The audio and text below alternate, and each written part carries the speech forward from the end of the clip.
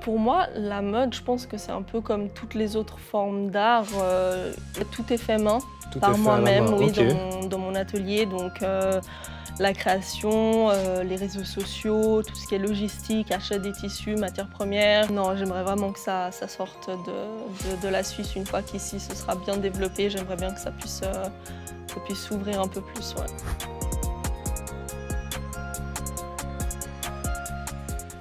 Bonjour et bienvenue dans ce nouvel épisode de The Process House saison 2. Je suis H, votre hôte, et aujourd'hui je vais vous présenter une créatrice de mode de la ville de Genève qui a fondé sa propre marque. Je vous présente sans plus attendre Asia. Asia, bienvenue. Merci de m'accueillir. Alors, est-ce que tu peux te présenter pour tous ceux qui nous regardent? Qui es-tu et quelle est ta marque en fait? Bien sûr, donc moi c'est Asia, j'ai 24 ans et il y a un peu moins d'un an, j'ai créé ma marque du coup AP Génération où je crée du coup du prêt-à-porter, de l'accessoire et des objets de décoration 100% faits main par moi. D'accord. Donc ta marque AP Generation a été fondée en fait à la sortie de la crise du Covid. Disons à la fin du confinement, c'est ça?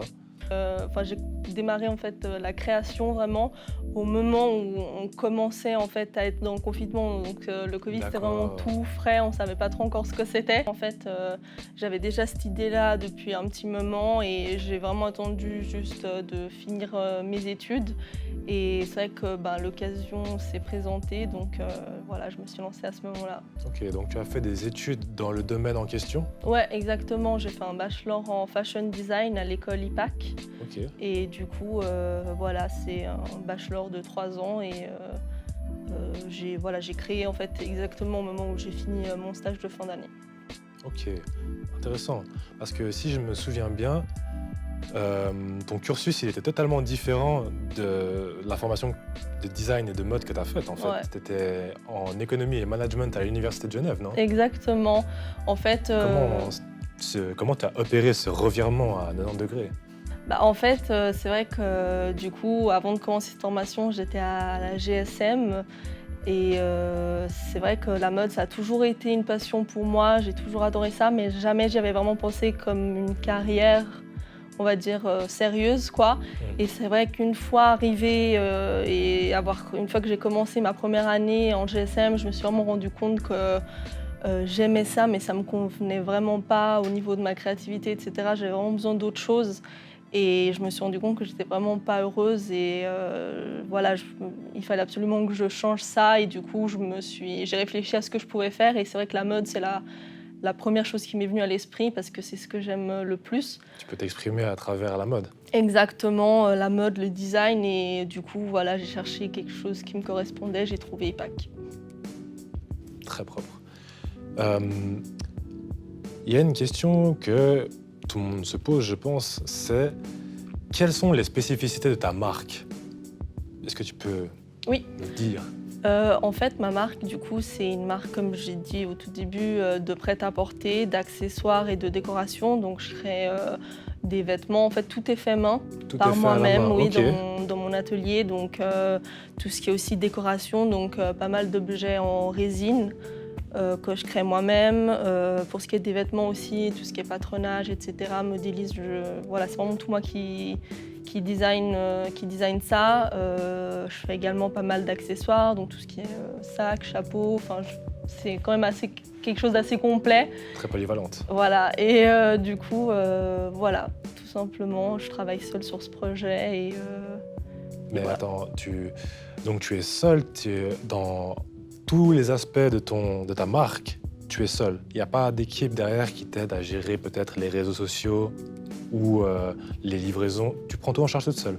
Ouais, exactement. En fait, vraiment de A à Z, c'est tout moi qui me charge de tout. Voilà, comme Ok. ce soit la création, les réseaux sociaux, tout ce qui est logistique, achat des tissus, matières premières, commandes. Ouais, c'est tout moi qui gère. Alors, mesdames et messieurs, si vous faites une commande à AP Generation, sachez que c'est Asia qui prend en charge du début à la fin votre commande. Exactement. Si vous êtes satisfait, ce ne sera pas un hasard. Vu que tu fais tout à la main, est-ce que tu prépares des stocks en avance ou est-ce que tu fais tout une fois que tu reçois la commande? Si par exemple, moi, je passe une commande demain, par exemple, disons, d'un plateau en résine, comme celui qui se trouve sur notre table actuellement, comment ça se passe? Du coup, moi, on va dire par un souci déjà pratique, étant donné que je travaille toute seule, comme je vous ai dit, aussi par souci éthique, on va dire, pour éviter tout gaspillage de stock au niveau des tailles ou des désistements, etc. Chose qui est rare, mais voilà, ça peut toujours arriver. En gros, si on passe une commande sur mon site, selon les commandes que j'ai, je peux passer tout de suite, on va dire, à l'action et créer le produit. Si par exemple c'est du coup ce plateau, on va dire qu'une fois que la résine a été coulée, ça va prendre, on va dire, 24 à 48 heures pour le séchage, le démoulage, etc. Et ensuite, voilà, j'emballerai ta commande et selon le type de livraison que tu as choisi, ça peut être une livraison par main sur Genève ou par poste. Si par exemple tu as choisi la livraison à la main, c'est moi on se donnera rendez-vous et c'est moi qui t'amènerai ta commande. D'accord. Donc, tu prends même en charge la livraison jusqu'au contact de la personne. Ouais, tu te déplaces toi-même. En fait, je laisse vraiment choix à la personne si elle préfère par poste ou pas. Voilà, mais c'est vrai que la majorité de mes commandes sur Genève, on va dire, sont à la main. Et c'est vrai que j'aime bien ce contact et le fait de rencontrer les gens qui me soutiennent et qui aiment ce que je fais. Est-ce qu'on peut retrouver tes produits physiquement dans des magasins ou c'est seulement en ligne que ça se passe? Non, du coup, là, je suis présente dans 3 boutiques, 2 à Genève et 1 à Nyon. Et bientôt peut-être une à Lausanne. Donc voilà, c'est vrai que j'essaye de m'élargir de plus en plus et d'être présente dans d'autres villes. Parce que c'est vrai que je pense quand même voir les produits en vrai, pour certaines personnes, c'est toujours plus parlant. Et c'est pour ça aussi que j'essaye de participer au maximum à des événements, des pop-up, etc. Et c'est vraiment quelque chose que j'aime beaucoup, le contact avec les gens. Bien sûr, les rencontrer, savoir ce qu'ils ont pensé de ta marque. Ouais, exactement. Et du coup, tu dirais que les réseaux sociaux, ils ont un grand rôle dans ton business? Oui, beaucoup, parce que c'est vrai que moi, la majorité de ma publicité, etc., se joue vraiment, on va dire, à 95% sur les réseaux sociaux. Et c'est vrai que là, je me suis vraiment rendu compte du pouvoir vraiment des réseaux sociaux et de ce que ça peut apporter si on les utilise à un bon escient, quoi. D'ailleurs, en parlant de ça, j'ai vu que au début de l'été, tu avais fait une sorte de collaboration avec un influenceur célèbre, Birdie. Comment tu as pu avoir contact avec lui? Est-ce que tu le connaissais déjà ou est-ce que tu as simplement écrit sur Instagram pour justement avoir cette collaboration? En fait, j'avais déjà pu parler avec Birdie, sur les réseaux sociaux. Et du coup, c'est vrai que quand j'ai sorti ce nouveau modèle de sac, donc le Universal Bag, et aussi un nouveau type de bob, je cherchais en fait un homme, parce que c'est vrai que la majorité de mes pièces sont plutôt femmes pour l'instant. Mais petit à petit, j'essaye de développer aussi des pièces plutôt ciblées hommes. Et du coup, voilà, chercher quelqu'un à qui faire porter. J'ai pensé à lui et du coup, on s'est contacté, il a accepté et ça s'est fait comme ça. Du coup, messieurs, pour l'été prochain, vous savez où vous fournir en accessoires, que ce soit sacoche ou bob. Et il y a d'autres accessoires, il me semble. Dans pas très longtemps, je compte vraiment élargir ma gamme pour hommes en sortant des vestes. Parce que j'aime beaucoup aussi tout ce qui est vraiment grosses pièces, blazer, etc. Je l'avais déjà sorti un pour femmes et là j'aimerais bien sortir vraiment une veste pour hommes du coup. Ok. Et parlons un petit peu du processus de création d'une pièce, parce que vu que tu fais à la main, forcément c'est toi qui conçois tout de A à Z. Exactement. Et comment tu as l'inspiration pour créer un nouveau vêtement? Moi personnellement, je la prends un peu de... Après, je pense qu'on se fait tous un peu influencer par tout ce qui est réseaux sociaux, même les gens qui nous entourent. Si on voit peut-être un artiste, ça peut, je pense, moi personnellement, je m'inspire un peu de tout. Des fois, j'ai des idées comme ça d'un coup et je peux noter quelque chose. Des fois, c'est des idées que j'ai déjà depuis un moment et que j'essaie de retravailler. Et une fois que j'ai eu l'idée, soit je fais directement un patron, soit je peux le dessiner. Ça dépend vraiment de la pièce en question. Ok. Donc il y a quand même un processus créatif conséquent derrière. Est-ce que tu peux nous dire, est-ce que tu peux nous parler un peu de ta vision de la mode?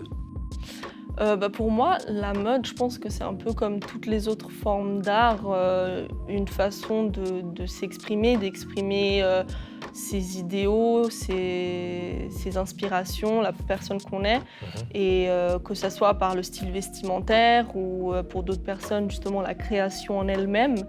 Donc voilà, je pense vraiment que c'est une façon d'exprimer qui on est et ce qu'on pense, quoi. Tu as des projets pour le futur, pour le développement de AP Generation? Comme j'ai dit juste avant, c'est vrai que j'aimerais bien que mes produits soient présents dans différentes villes de Suisse, vraiment un peu dans tous les coins, quoi. Et du coup, vraiment augmenter d'abord, dans un premier temps, le marché suisse et ensuite, pourquoi pas, étant donné que je suis italienne, également vendre mes produits en Italie. C'est vrai que c'est quelque chose qui me plairait énormément, faire des événements là-bas, pourquoi pas aussi en France.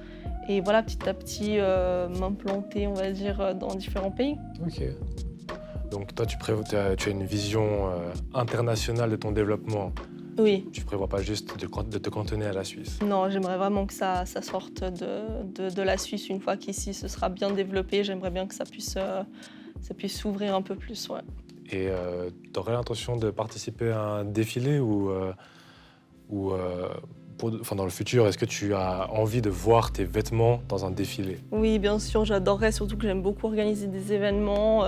Ou pourquoi pas aussi participer à un défilé, mais oui, j'adorerais ça, créer vraiment une grande collection et vraiment que ça soit un gros événement par rapport à ça, ouais.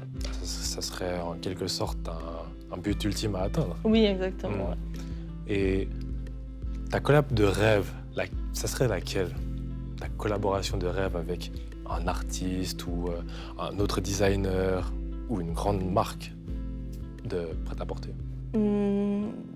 Si je vois vraiment dans mes rêves les plus fous. Tes rêves les plus fous? Mes rêves Dis-nous les plus tout. fous, on va Dis-nous dire peut-être, pourquoi pas Donatella Versace. C'est une créatrice que j'admire beaucoup dans sa façon de diriger son entreprise et même certaines des pièces. Après, pourquoi pas Fendi, vraiment des grands noms.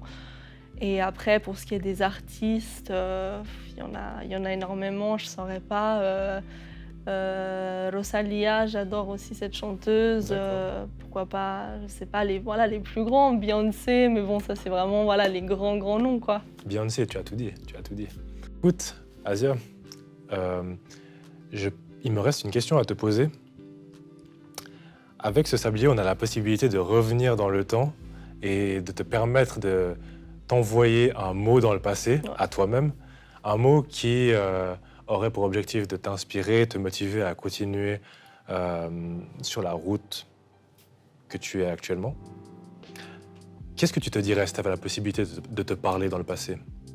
Je pense que si je reviens à la moi avant tout ça, avant la création d'AP Génération, etc., je me dirais tout simplement de croire en mes rêves, de croire en leur légitimité et de ne pas douter de mes capacités, quoi.